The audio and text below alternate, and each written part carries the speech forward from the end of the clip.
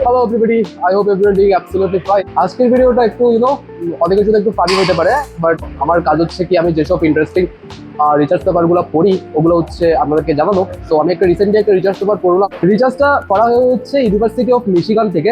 ওখানে প্রায় 5800টা ফুড নিয়ে একটা রিচার্জ করা হয়। ওই রিচার্জে বলা হয়েছে কিছু কিছু খাবার আছে যেগুলো আমাদের লাইফে মিনিট অ্যাড করতে পারে, আবার কিছু কিছু খাবার আছে যেগুলো আমাদের লাইফ থেকে মিনিট কমাতে পারে। আমরা তো জানি হচ্ছে সিগারেট আমাদের লাইফ থেকে একটা সিগারেট 12 মিনিট পর্যন্ত কমিয়ে দেয়, খাবারও আমাদের লাইফ থেকে মিনিট কমাতে পারে।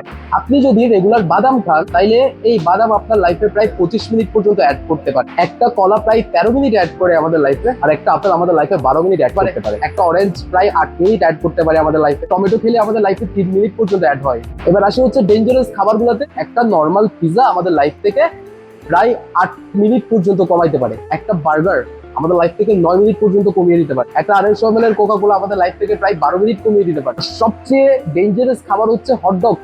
হটডগ এটা হচ্ছে ইউএসএ তে অনেক বেশি খাওয়া হয়।